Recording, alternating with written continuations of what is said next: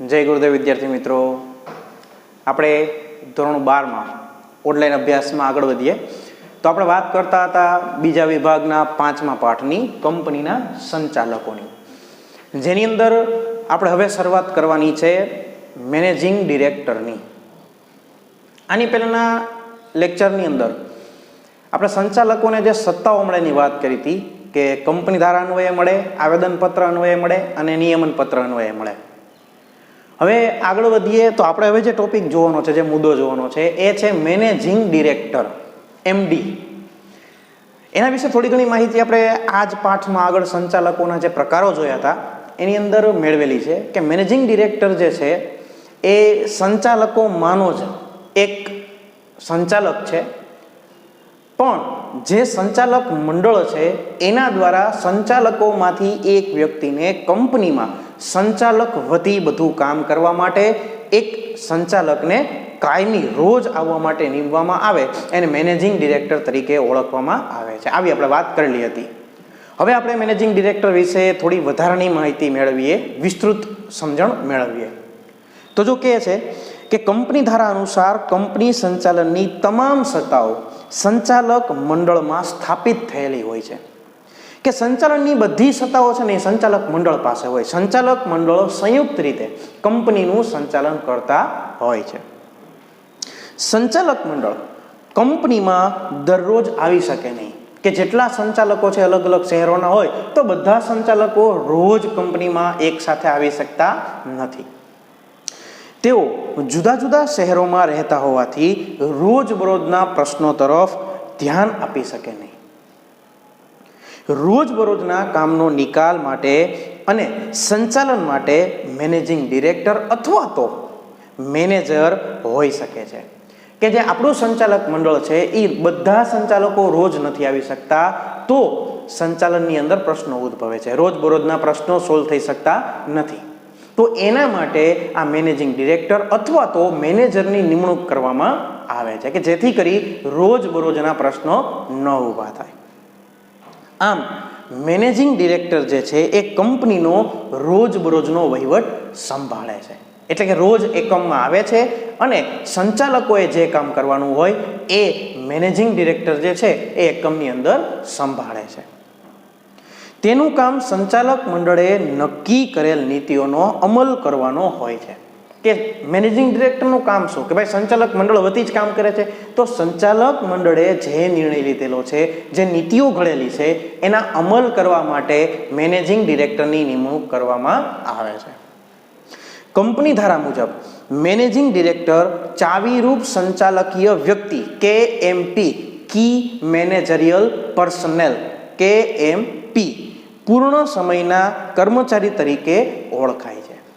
કે જે કી મેનેજરિયલ પર્સનેલ છે, KMP છે, ચાવીરૂપ સંચાલકીય વ્યક્તિ, એમાં આ મેનેજિંગ ડિરેક્ટરનો સમાવેશ થાય છે અને એ પૂર્ણ સમયના કર્મચારી તરીકે ઓળખાય છે. પૂર્ણ સમયનું શું કામ, તો કે રોજ એકમમાં આવે છે અને એકમનું રોજબરોજનું કામ સંભાળે છે, એટલે એને આ પ્રકારે પૂર્ણ સમયના કર્મચારી તરીકે ઓળખવામાં આવે છે. જે અંગે કંપની ધારાની નીચે પ્રમાણે જોગવાઈઓ છે. હવે આપણને મેનેજિંગ ડિરેક્ટરની નિમણૂક અંગેની અમુક જોગવાઈઓ આપેલી છે, કે જો આપણે કંપનીમાં મેનેજિંગ ડિરેક્ટર નિમવા ઈચ્છતા હોય તો આ નીચેની જોગવાઈઓને આપણે ધ્યાનમાં લેવી જોઈએ, એવી આપણને જોગવાઈઓ આપેલી છે.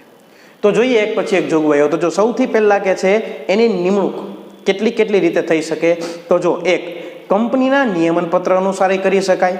નિયમન પત્રમાં મેનેજિંગ ડિરેક્ટરની નિમણૂકનો ઉલ્લેખ હોય તો MD નિમી શકાય. પછી કંપની સાથે સમજૂતીથી કરી શકાય, કે ભાઈ કંપની જે છે એ સંચાલક મંડળ અને કંપની વચ્ચે સમજૂતી કરે એક વ્યક્તિ સાથે કે તમારે મેનેજિંગ ડિરેક્ટર તરીકે કામ કરવાનું છે અને એને MD તરીકે નિમી શકાય. પછી બોર્ડ ઓફ ડિરેક્ટરની સભામાં નિમણૂક કરી શકાય અને કંપનીની સામાન્ય સભામાં નિમણૂક કરી શકાય. આ 4 બાબતને ધ્યાનમાં લઈ અને મેનેજિંગ ડિરેક્ટરની નિમણૂક કરી શકાય છે. ત્યારબાદ મેનેજિંગ ડિરેક્ટર તરીકે માત્ર વ્યક્તિની જ નિમણૂક થઈ શકે છે, કોઈ પેઢીની કે સંસ્થાની નિમણૂક કરી શકાય નહીં. કે આપણે મેનેજિંગ ડિરેક્ટર તરીકે જે નિમણૂક કરવા માંગતા હોય એ વ્યક્તિ હોવો જરૂરી છે, એ પણ જીવંત વ્યક્તિ. તમે કંપનીને કે અન્ય કોઈ પેઢીને એમડી તરીકેનું કામ સોંપી શકો નહીં, પણ માત્ર વ્યક્તિ છે એને જ તમે મેનેજિંગ ડિરેક્ટર તરીકે નિમી શકો છો. ત્યારબાદ કંપની ધારાની જોગવાઈ અનુસાર એક જ સમયે મેનેજિંગ ડિરેક્ટર અને મેનેજરની નિમણૂક થઈ શકે નહીં. એટલે કે જો તમારી કંપનીની અંદર તમે મેનેજર નિમેલો હોય તો મેનેજિંગ ડિરેક્ટર ન નિમી શકો, અને મેનેજિંગ ડિરેક્ટર નિમેલો હોય તો મેનેજર ન નિમી શકો. આ બેમાંથી એક જ હોદ્દો જે છે એ એકમમાં આપણે આપી શકીએ છીએ. કાં તો મેનેજિંગ ડિરેક્ટર નિમી શકાય અથવા તો મેનેજર. એટલે મેનેજર હોય તો મેનેજિંગ ડિરેક્ટર નિમવાની કોઈ જરૂરિયાત રહેતી નથી. ત્યારબાદ મેનેજિંગ ડિરેક્ટરની નિમણૂક એક સાથે 5 વર્ષ માટે કરી શકાય. જો એક માર્કમાં પૂછાય એવો પ્રશ્ન કહેવાય કે મેનેજિંગ ડિરેક્ટરની નિમણૂક કેટલા સમય માટે થાય છે, તો 5 વર્ષ માટે એની નિમણૂક કરવામાં આવે છે. ત્યારબાદ સંચાલક મંડળ દ્વારા નિમણૂક જે છે એ સંચાલક મંડળ દ્વારા કરવામાં આવશે, અને નિમણૂકની શરતો તેમાં નક્કી કરવા, એટલે કે સંચાલક મંડળની સભામાં જ નક્કી કરવામાં આવશે. કે મેનેજિંગ ડિરેક્ટરને નિમે કોણ, તો કે સંચાલક મંડળ, અને ત્યારે જ એને નિમણૂકને લગતી શરતો અત્યારે નક્કી કરી નાખવામાં આવે છે. ત્યારબાદ મેનેજિંગ ડિરેક્ટરની નિમણૂકની બહાલી એટલે કે મંજૂરી કંપનીની સામાન્ય સભાને મંજૂરીને આધીન છે. કે સંચાલક મંડળ મેનેજિંગ ડિરેક્ટર નિમી શકે, પણ એની મંજૂરીની સાથે સાથે જે શેર હોલ્ડરોની સામાન્ય સભા છે એમાં પણ મંજૂરી મેળવવી જોઈએ. કે ભાઈ કંપનીના રોજબરોજના કામ માટે બધા સંચાલકો આવી શકતા નથી, તો અમે અમારામાંથી આ XYZ નામના વ્યક્તિને કંપનીના મેનેજિંગ ડિરેક્ટર તરીકે નિમવા ઈચ્છીએ છીએ, જે એકમમાં રોજ આવશે અને કંપનીના રોજબરોજના પ્રશ્નો, રોજબરોજનું કામ સંભાળશે. આવી સામાન્ય સભામાં પણ આપણે મંજૂરી મેળવવી પડે, પછી જ મેનેજિંગ ડિરેક્ટરને આપણે કાયદેસર રીતે હોદ્દો આપી શકીએ છીએ. ત્યારબાદ મેનેજિંગ ડિરેક્ટરની નિમણૂક મુદતના અંતે અગાઉથી કોઈ પુનઃ નિમણૂક કરી શકાશે નહીં. એટલે કે માનો કે આપણે 5 વર્ષ માટે મેનેજિંગ ડિરેક્ટર નિમવો છે, તો એ 5 વર્ષની મુદત પૂરી થાય પછી જ એની પુનઃ નિમણૂક અંગેની કોઈ ચર્ચા થાય. માનો કે હજી 5 વર્ષનો સમયગાળો પૂરો નથી થયો અને આપણે અગાઉથી એની પુનઃ નિમણૂક કરી નાખીએ તો એ પ્રકારે ચાલે નહીં. પહેલા એનો સમયગાળો પૂરો થવો જોઈએ અને પછી જ એની પુનઃ નિમણૂક કરી શકાય. એ અગાઉ એની પુનઃ નિમણૂક કરી શકાય નહીં. ત્યારબાદ જણાવેલ શરતોથી, જે આપણને શરતો જણાવેલી હોય એનાથી અસંગત એટલે એનાથી જુદું નિમણૂક કરવામાં આવે તો કેન્દ્ર સરકારની મંજૂરી લેવી પડે. કે જેટલી શરતો આપણને નિયમનપત્ર, આવેદનપત્ર કે કંપની ધારામાં આપેલી હોય એનાથી અલગ રીતે જો આપણે મેનેજિંગ ડિરેક્ટર નિમવા એકમમાં માંગતા હોય તો આપણે કેન્દ્ર સરકારની મંજૂરી મેળવવી પડે. કે ભાઈ અમે આ બધી શરતો છે એનાથી અલગ રીતે મેનેજિંગ ડિરેક્ટર નિમવા ઈચ્છીએ છીએ, તો તમે અમને મેનેજિંગ ડિરેક્ટર નિમવાની મંજૂરી આપો. ત્યારબાદ આ પણ એક માર્કમાં પૂછાઈ શકે એવો પ્રશ્ન છે કે મેનેજિંગ ડિરેક્ટરની નિમણૂક થયાના 60 દિવસમાં કંપની રજિસ્ટ્રારને જણાવવું પડે. ફોર્મ MRI કહેવાય, MRI ફોર્મ ભરી અને આપણે રજૂ કરવું પડે. આ ફોર્મમાં આપણે જણાવવાનું કે અમે અમારી કંપનીમાં આ XYZ નામના વ્યક્તિને મેનેજિંગ ડિરેક્ટર તરીકે નિમેલો છે. આવું આપણે એની નિમણૂક થાય એટલે 60 દિવસની અંદર આપણે કંપની રજિસ્ટ્રારને જણાવવું જોઈએ. અને છેલ્લે આપણે એવું કહે છે કે મેનેજિંગ ડિરેક્ટર વધુમાં વધુ 2 કંપનીમાં ડિરેક્ટર તરીકે કાર્ય કરી શકે, અને એમાં પણ કહે છે કે કાર્ય કરવા માટે ખાસ ઠરાવ પસાર કરવો જરૂરી છે. આ શું કહેવા માંગે છે કે માનો કે એક વ્યક્તિને આપણે આપણી કંપનીમાં મેનેજિંગ ડિરેક્ટર તરીકે નિમેલો છે અને બીજી કંપનીમાં પણ ડિરેક્ટર તરીકે નિમવા માંગે છે કે એની ઈચ્છા છે, તો વધુમાં વધુ 2 જ કંપનીમાં એ હોદ્દો ધારણ કરી શકે.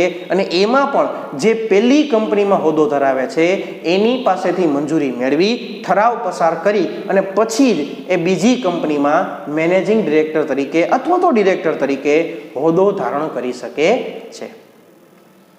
આ 10 જોગવાઈઓને ધ્યાનમાં લઈ અને આપણે મેનેજિંગ ડિરેક્ટરની નિમણૂક આપણા એકમની અંદર કરી શકીએ છીએ. આ આપણે વાત કરી મેનેજિંગ ડિરેક્ટરની નિમણૂક અંગેની અમુક જોગવાઈઓની. હવે આપણને મેનેજિંગ ડિરેક્ટર જે આપણે નિમતા હોય એની લાયકાત અને ગેરલાયકાતની માહિતી આપેલી છે, જે 2 અને 3 માર્કની અંદર પૂછાઈ શકે એવો પ્રશ્ન કહેવાય. કે આપણે જેને મેનેજિંગ ડિરેક્ટર તરીકે નીમવા માંગીએ છીએ એની લાયકાત અને ગેરલાયકાત શું છે. તો જો કહે છે કે મેનેજિંગ ડિરેક્ટરની લાયકાત અંગે કંપની ધારામાં કોઈ ચોક્કસ ઉલ્લેખ નથી, પરંતુ સામાન્ય રીતે મેનેજિંગ ડિરેક્ટર તરીકે નિમણૂક પામનારી વ્યક્તિ કે જેને આપણે આપણા એકમમાં મેનેજિંગ ડિરેક્ટર તરીકે નિમીએ છીએ એ અનુભવી હોવો જોઈએ, કલ્પનાશીલ એ ધંધાની બાબતમાં ઉદ્યોગની બાબતમાં કલ્પનાશીલ હોવો જોઈએ અને જે તે ધંધા અંગે ટેકનિકલ જ્ઞાન ધરાવતો હોવો જોઈએ, વિષયનો એટલે કે કંપનીની જે બાબત સંભાળવાની છે એનો નિષ્ણાંત હોવો જોઈએ અને વિષમ એટલે કે કપરી પરિસ્થિતિમાં પણ યોગ્ય નિર્ણય લેવાની ક્ષમતા ધરાવતો હોવો જોઈએ.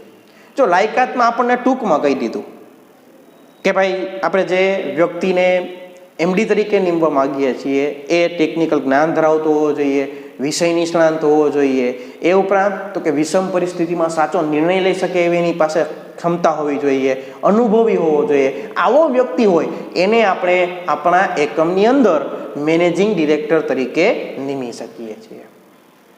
આ તેની લાયકાત. હવે જો ગેરલાયકાતની વાત કરીએ તો કંપની ધારામાં આપણને એની 4 ગેરલાયકાત આપેલી છે કે જો આ વ્યક્તિ છે તો એ ગેરલાયક ગણાશે, લાયક ગણાશે નહીં. શું છે જો એક પછી એક ગેરલાયકાત જોઈએ તો નંબર 1, જે વ્યક્તિની નિમણૂક મેનેજિંગ ડિરેક્ટર તરીકે થવાની હોય એટલે કે આપણે જેને એમડી તરીકે નિમવાના હોય તેની ઉંમર 21 વર્ષથી નીચી એટલે કે 21 વર્ષથી ઓછી અને 70 વર્ષથી વધુ ન હોવી જોઈએ. એટલે કે મેનેજિંગ ડિરેક્ટર તરીકે નિમણૂક પામનાર વ્યક્તિ 21 થી 70 વર્ષનો હોવો જોઈએ. એનાથી નાનો પણ ન ચાલે અને 70 વર્ષથી મોટો પણ ન ચાલે, પણ આની વચ્ચે જેની ઉંમર હોય એને આપણે મેનેજિંગ ડિરેક્ટર તરીકે નિમી શકીએ છીએ. બીજી, તે વ્યક્તિ એટલે કે મેનેજિંગ ડિરેક્ટર તરીકે આપણે જેને નિમવા માંગીએ છીએ એ નાદાર ઠરાયેલો ન હોવો જોઈએ. ક્યારેય નાદાર એટલે તો આપણને ખ્યાલ છે ને વિદ્યાર્થી મિત્રો કે જે નાદારી ફૂકે, બેંકરપ્ટ, દેવાળું ફૂકે, નાદાર ઠરાયેલો ક્યારેય હોવો જોઈએ નહીં. આ બીજું. ત્રીજું, નિમણૂક પામનાર વ્યક્તિએ પોતાના લેણદારોને, જો એને કોઈ પાસેથી રૂપિયા લીધેલા હોય તો એના લેણદારોને નાણાં ચૂકવેલ ન હોય તો પણ તે ગેરલાયક બને છે. કે ક્યારેક એને કોઈ પાસેથી ઉછીના રૂપિયા લીધા હોય અને એને રૂપિયા ન પાછા આપ્યા હોય તો પણ એની એ ગેરલાયકાત ગણાય છે. અને છેલ્લી ગેરલાયકાત છે કે ભારતમાં પ્રવર્તમાન જુદા જુદા કાયદા હેઠળ કોઈ પણ કાયદા અન્વયે આવી વ્યક્તિને અદાલતે ગુનેગાર ઠેરવ્યો હોય, કોઈ પણ કાયદા હેઠળ કોઈ પણ ગુનામાં જો એ વ્યક્તિને ગુનેગાર ઠેરેલો હોય અને 6 માસથી વધુ સમય માટે સજા થયેલી હોય તો એ વ્યક્તિ ગેરલાયક કહેવાય. આ 4 બાબતને ધ્યાનમાં લઈ અને આપણે મેનેજિંગ ડિરેક્ટર નિમી શકીએ. કારણ કે આ 4 બાબત છે એ મેનેજિંગ ડિરેક્ટરની ગેરલાયકાત છે કે 21 થી 70 વર્ષનો હોવો જોઈએ એટલે કે 21 થી નાનો અને 70 થી મોટો ન હોવો જોઈએ, નાદાર ઠરાયેલો ન હોવો જોઈએ. પછી જો એને કોઈ પાસેથી નાણાં ઉછીના લીધેલા હોય તો નાણાં ન ચૂકવતો એમ પણ ન ચાલે અને એને આપણા ભારતના કોઈ પણ કાયદા અન્વયે અદાલતે દોષિત ઠેરવેલો હોય અને 6 માસથી વધુ સજા ફરમાવેલી હોય તો પણ એ ગેરલાયકાત બને છે. આ આપણે વાત કરી મેનેજિંગ ડિરેક્ટરની લાયકાત અને ગેરલાયકાત. આ પ્રશ્ન 2 અને 3 માર્કની અંદર પૂછાઈ શકે એવો છે. હવે મેનેજિંગ ડિરેક્ટરના મુદ્દાનો સૌથી મહત્વનો પ્રશ્ન આવે છે એ છે મેનેજિંગ ડિરેક્ટરનું મહેનતાણું, જે 3 અને 4 માર્કની અંદર પૂછાય છે. ટૂંકનોમ સ્વરૂપે પૂછાય છે અને પ્રશ્ન સ્વરૂપે પૂછાય છે કે મેનેજિંગ ડિરેક્ટર છે એને મહેનતાણું કેટલું આપવું, કેવી રીતે આપવું, એની બાબત હવે આપણે મેળવવાની છે. કારણ કે આપણે અગાઉ વાત કરી કે મેનેજિંગ ડિરેક્ટર છે એ પૂર્ણ સમયનો કર્મચારી છે. તો કર્મચારી હોય તો આપણે પગાર આપવો પડે અને ઉપરાંત પગારની જરૂરિયાત શું કામ? તો કે ભાઈ સંચાલકો જે છે બધા સંચાલકો રોજ નથી આવતા, પણ બધા સંચાલકોમાંથી આ એક વ્યક્તિ કે જેને આપણે મેનેજિંગ ડિરેક્ટર તરીકે નિમેલો છે એકમમાં રોજ આવે છે અને રોજબરોજનું કામ સંભાળે છે, તો આપણે એને મહેનતાણું ચૂકવવું પડે. તો હવે આપણે માહિતી મેળવશું મેનેજિંગ ડિરેક્ટરના મહેનતાણાની. તો એક પછી એક આપણે માહિતી મેળવતા જઈએ મુદ્દામાં. તો નંબર 1 કે પૂર્ણ સમયના મેનેજિંગ ડિરેક્ટરને મહેનતાણું કંપનીની સામાન્ય સભાની મંજૂરી સિવાય કંપનીના ચોખ્ખા નફાના 5% સુધી મહેનતાણું આપી શકાય.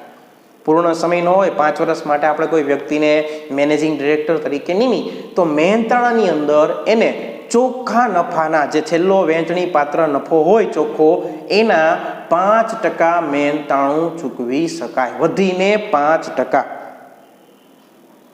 5%થી ઓછું ચાલે, પણ 5%થી વધારે આપણે ચૂકવી શકીએ નહીં. પણ કોને? પૂર્ણ સમયના મેનેજિંગ ડિરેક્ટરને. બીજું, ખંડ સમયના મેનેજિંગ ડિરેક્ટરને. ખંડ સમયના એટલે શું? તો કે પૂર્ણ સમયનો ન હોય એવો. અધવચ્ચે આપણે એના સમયગાળાની વચ્ચે જરૂરિયાત ઊભી થઈ હોય અને આપણે નિમેલ હોય. માનો કે આપણે મેનેજિંગ ડિરેક્ટર નિમો છે અને સંજોગો સાથેની જગ્યા અધવચ્ચે ખાલી થાય, તો એની જગ્યાએ આપણે બીજા મેનેજિંગ ડિરેક્ટરને નિમી, તો એ ખંડ સમયનો મેનેજિંગ ડિરેક્ટર કહેવાય. તો એને કેટલું મહેનતાણું અપાય? તો કંપનીની સામાન્ય સભાની મંજૂરી વિના ચોખ્ખા નફાના 1%થી વધુ આપી શકાય નહીં. એટલે વધુમાં વધુ ચોખ્ખા નફાના 1% ખંડ સમયના મેનેજિંગ ડિરેક્ટરને મહેનતાણું આપવું જોઈએ. 1%થી ઓછું ચાલે, પણ 1%થી વધારે આપી શકાતું નથી. આ મહેનતાણાની બીજી બાબત. ત્યારબાદ મેનેજિંગ ડિરેક્ટરને ચૂકવવા પાત્ર મહેનતાણું કંપની ધારાની જોગવાઈઓ અનુસાર અથવા તો નિયમન પત્ર અનુસાર અથવા તો કંપનીના ઠરાવ અનુસાર નક્કી કરવામાં આવે છે. આ ત્રણમાંથી કોઈ પણ રીતે નક્કી કરી શકાય કે મેનેજિંગ ડિરેક્ટરને કેટલું મહેનતાણું આપવું. કઈ 3 રીતે? તો જો આમાં આપણને આપેલી છે કંપની ધારાની જોગવાઈ, જે આપણે 5% ને 1% જોઈ ઈ, અથવા તો નિયમન પત્રમાં જોગવાઈ હોય તો એ રીતે, અથવા તો કંપનીમાં ઠરાવ પસાર કરી અને મેનેજિંગ ડિરેક્ટરનું મહેનતાણું નક્કી કરી શકાય છે. આ ત્રણમાંથી કોઈ પણ રીતે મેનેજિંગ ડિરેક્ટરનું મહેનતાણું નક્કી કરી શકાય છે. ત્યારબાદ જ્યારે કંપની ધારા મુજબ કોઈએ કોઈ ધારાધોરણોનું પાલન ન કર્યું હોય મહેનતાણા અંગે, કે 5%, 1% હોય અને એનાથી વધારે આપી દીધું, જો કહે છે કે ત્યારે પુનઃ તૈયાર કરેલ નાણાકીય હિસાબો મુજબ જો મેનેજિંગ ડિરેક્ટરને વધુ નાણાં ચૂકવેલ હોય, જેટલું મહેનતાણું આપણને કીધેલું છે એના કરતાં વધુ મહેનતાણું જો આપણે મેનેજિંગ ડિરેક્ટરને આપ્યું હોય, તો વધારાની રકમ વસૂલ કરી શકાય છે. માનો કે એ ખંડ સમયને પૂર્ણ સમય માટે આપણે 1% ને 5% કીધું, પણ માનો કે કંપનીએ એને 1% કે 5%થી વધારે મહેનતાણું ચૂકવી દીધું છે, તો નવા હિસાબોની અંદર જે ગણતરીમાં એને વધારાનું મહેનતાણું આપેલું હોય એ કંપની પાછું માગી શકે છે, વસૂલ કરી શકે છે. અને છેલ્લે આપણને એવું કહે છે કે મેનેજિંગ ડિરેક્ટરને પદ ગુમાવવા બદલ વળતરની ચૂકવણી કરી શકાય છે. કે આપણે 5 વર્ષ માટે નિમેલો છે, સંજોગો વસાત જો અધવચ્ચે એનો હોદ્દાનો અંત આવી જાય, તો એને પૂરેપૂરા 5 વર્ષનું મહેનતાણું આપણે આપવું પડે. સિવાય કે કયા સંજોગોમાં નહીં આપવાનું? જો કહે છે કે આ પ્રકારનું વળતર અન્ય સંચાલકને ચૂકવી શકાય નહીં, પણ જો કંપની ફડચામાં જાય, મેનેજિંગ ડિરેક્ટર પોતે રાજીનામું આપે, વિશ્વાસઘાત કરે, બેદરકારી કરે કે પોતાનો હોદ્દાનો અંત લાવવા માટે પ્રત્યક્ષ કે પરોક્ષ રીતે ભાગ ભજવે, જો આમાંનો કોઈ પણ સંજોગ હોય, તો બાકી સમય માટે મેનેજિંગ ડિરેક્ટરને મહેનતાણું મળતું નથી. જો આ 1 અને 2 માર્કમાં પૂછી શકાય કે કયા સંજોગોમાં મેનેજિંગ ડિરેક્ટરને પદ ગુમાવવા બદલ મહેનતાણું મળવા પાત્ર હોતું નથી, તો આ બધા સંજોગો લખવા પડે કે કંપની ફડચામાં જાય, મેનેજિંગ ડિરેક્ટર પોતે રાજીનામું આપે, વિશ્વાસઘાત કરે, બેદરકારી દાખવે, અથવા તો પોતાના રાજીનામા અંગે અથવા તો પોતાના હોદ્દાનો અંત લાવવા માટે પોતે પ્રત્યક્ષ અથવા તો પરોક્ષ રીતે ભાગ ભજવે, તો આવા સંજોગોમાં એને બાકી સમયનું મહેનતાણું મળવા પાત્ર હોતું નથી. પણ જો આ સિવાયના સંજોગ હોય, તો મેનેજિંગ ડિરેક્ટરને પદ ગુમાવવા બદલ બાકી રહેલા વર્ષનું મહેનતાણું આપણે ચૂકવવું પડે. પણ કોને? માત્ર મેનેજિંગ ડિરેક્ટરને. બાકી કોઈ સંચાલકને આવું મહેનતાણું મળવા પાત્ર હોતું નથી. આ 5 બાબત આપણને મેનેજિંગ ડિરેક્ટરના મહેનતાણા અંગેની આપેલી છે. એટલે જ્યારે મેનેજિંગ ડિરેક્ટરને મહેનતાણું આપવાનું થાય, ત્યારે આ 5 બાબતને આપણે ધ્યાનમાં લેવી જોઈએ. આ આપણે વાત કરી મેનેજિંગ ડિરેક્ટરના મહેનતાણાની, જે 3 અથવા તો 4 માર્કની અંદર પૂછી શકાય એવો પ્રશ્ન છે. હવે આવે છે મેનેજિંગ ડિરેક્ટરની અંદર મુદ્દો કે મેનેજિંગ ડિરેક્ટરની સત્તા અને એની ફરજો.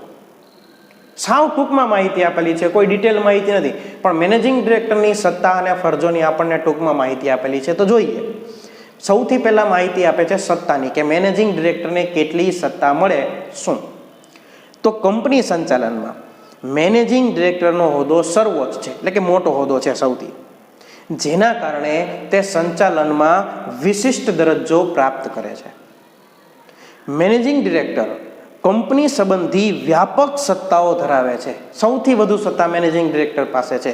પણ એક બાબત અહીં નોંધવી જોઈએ કે મેનેજિંગ ડિરેક્ટર કંપની સંબંધી જે વ્યાપક સત્તાઓ છે એ આવેદનપત્રો, નિયમનપત્રો, સામાન્ય સભાના ઠરાવ અને સંચાલક મંડળની સભાના ઠરાવ દ્વારા નક્કી થાય છે. કે મેનેજિંગ ડિરેક્ટરને કેટલી સત્તા મળશે, તો આ 4 રીતે નક્કી કરી શકાય: આવેદનપત્ર દ્વારા, નિયમનપત્ર દ્વારા, કંપનીની સામાન્ય સભામાં ઠરાવ દ્વારા અને સંચાલક મંડળની સભાના ઠરાવ દ્વારા. આ 4માંથી કોઈ પણ રીતે મેનેજિંગ ડિરેક્ટરની જે સત્તાઓ છે એ નક્કી કરી શકાય છે કે મેનેજિંગ ડિરેક્ટરને એકમની અંદર કેટલી સત્તાઓ આપવી. આપણે વાત કરી મેનેજિંગ ડિરેક્ટરની સત્તાની. હવે આગળ કહે છે સત્તામાં કે મેનેજિંગ ડિરેક્ટર પોતાની સત્તાઓનો ઉપયોગ સંચાલક મંડળની દેખરેખ, દોરવણી અને અંકુશ હેઠળ કરે છે. એને સત્તાઓ વ્યાપક મળે છે, પણ એની ઉપર આ સંચાલક મંડળની દેખરેખ, દોરવણી અને અંકુશ હોય છે. આમ સંચાલક મંડળે સોંપેલી સત્તા વિના, જો સંચાલક મંડળ કોઈ સત્તા ન આપે તો એના વિના મેનેજિંગ ડિરેક્ટર કંપનીના કોઈ પણ દસ્તાવેજ ઉપર સહી કરી શકે નહીં કે કોઈ દસ્તાવેજ ઉપર કંપનીની સામાન્ય મહોર પણ લગાવી શકતો નથી. એની બધી સત્તા સંચાલક મંડળના તાબા હેઠળ હોય છે. આ આપણે વાત કરી મેનેજિંગ ડિરેક્ટરની સત્તાની, કે સત્તાઓ વ્યાપક મળે છે પણ સંચાલક મંડળના દેખરેખ હેઠળ હોય છે. હવે વાત કરીએ એની ફરજોની. તેની ફરજોમાં માત્ર આપણને એક જ લીટી આપેલી છે કે મેનેજિંગ ડિરેક્ટર પણ ડિરેક્ટર જ કહેવાય. એટલે ડિરેક્ટરની જે ફરજો હોય એ બધી જ ફરજો મેનેજિંગ ડિરેક્ટરને પણ લાગુ પડે છે. જે આપણે ડિરેક્ટરની ફરજો જોઈ હતી, સત્તા, ફરજો પણ આપણા કોર્સમાં નીકળી ગઈ હતી, તો ડિરેક્ટરની જેટલી ફરજો હોય ને એકમની અંદર આવવાનું, રોજબરોજનું કામ કરવાનું, એ બધી જ ફરજો મેનેજિંગ ડિરેક્ટરને નિભાવવી પડે છે. આ આપણે વાત કરી મેનેજિંગ ડિરેક્ટરની સત્તા અને ફરજોની. અને સૌની છેલ્લે આવે છે 3 અને 4 માર્કનો એક મહત્વનો પ્રશ્ન, જે છે મેનેજિંગ ડિરેક્ટર અને ડિરેક્ટર, આનો તફાવત. તો જોઈએ તફાવતને આપણે એક પછી એક મુદ્દાઓ. જો કે તફાવતની અંદર મોટે ભાગે અત્યાર સુધી જે આપણે ચર્ચાઓ કરેલી હોય એ જ હોય, પણ છતાં આપણે એક નજર મારતા જઈએ શું કહેવા માંગે છે તફાવત. તો જો સૌથી પહેલો મુદ્દો છે એ છે નિમણૂક બાબતનો, કે મેનેજિંગ ડિરેક્ટરની નિમણૂક છે એ બોર્ડ ઓફ ડિરેક્ટર, સંચાલક મંડળ નક્કી કરે છે. જ્યારે ડિરેક્ટર, તો કે ડિરેક્ટરની નિમણૂક કંપનીની વાર્ષિક સામાન્ય સભામાં થાય છે અને નિમણૂકની શરતો હોતી નથી. આ નિમણૂક બાબતનો બેનો તફાવત. બીજો તફાવત છે મુદતનો. મુદત કેટલી? મેનેજિંગ ડિરેક્ટરની નિમણૂક 5 વર્ષ માટે થાય છે, જ્યારે ડિરેક્ટરની નિમણૂક દર વર્ષે થાય છે. દર વર્ષે નિવૃત્ત થાય, નવો સંચાલક આવે.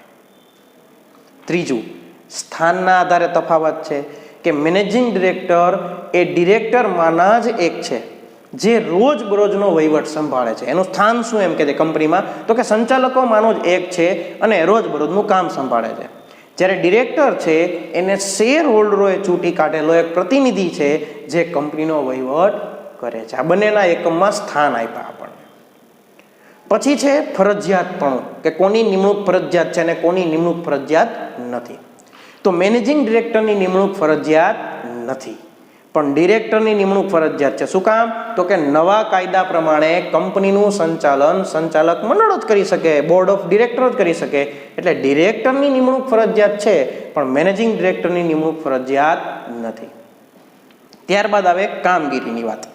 તો મેનેજિંગ ડિરેક્ટર રોજબરોજની કામગીરી સંભાળે છે અને બોર્ડ ઓફ ડિરેક્ટરે નક્કી કરેલી નીતિઓનો અમલ કરે છે. એને કામ શું? તો કે રોજબરોજનું કામ સંભાળવાનું અને બોર્ડ ઓફ ડિરેક્ટર એટલે કે સંચાલક મંડળે જે કામ નક્કી કરેલું છે એનો અમલ કરાવવાનો.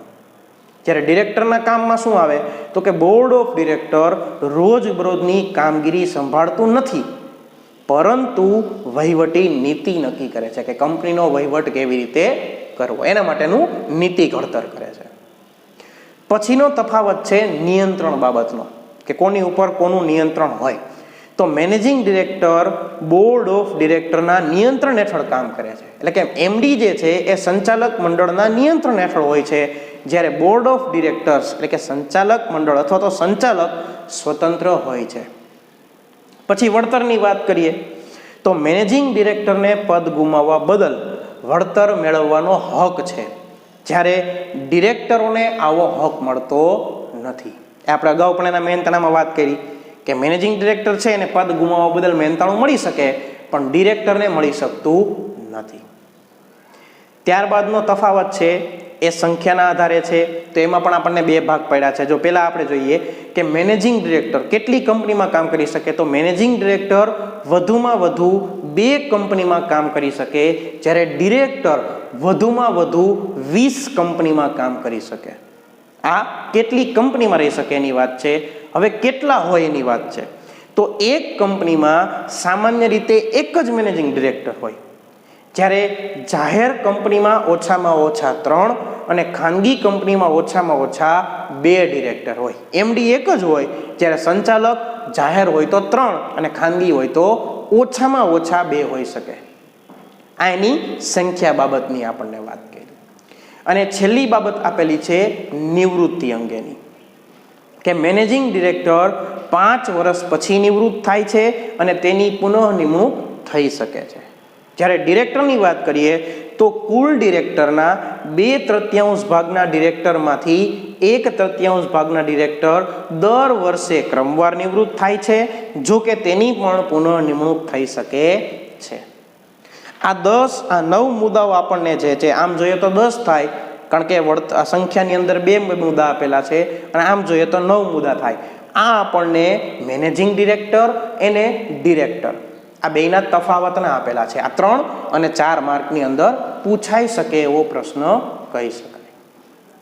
આ આપણે વાત કરી મેનેજિંગ ડિરેક્ટરની. અહીંયા આપણો આ 5મો પાઠ એટલે કે કંપનીના સંચાલકો પૂરો થાય છે. હવે વાત કરીએ આજના હોમવર્કની.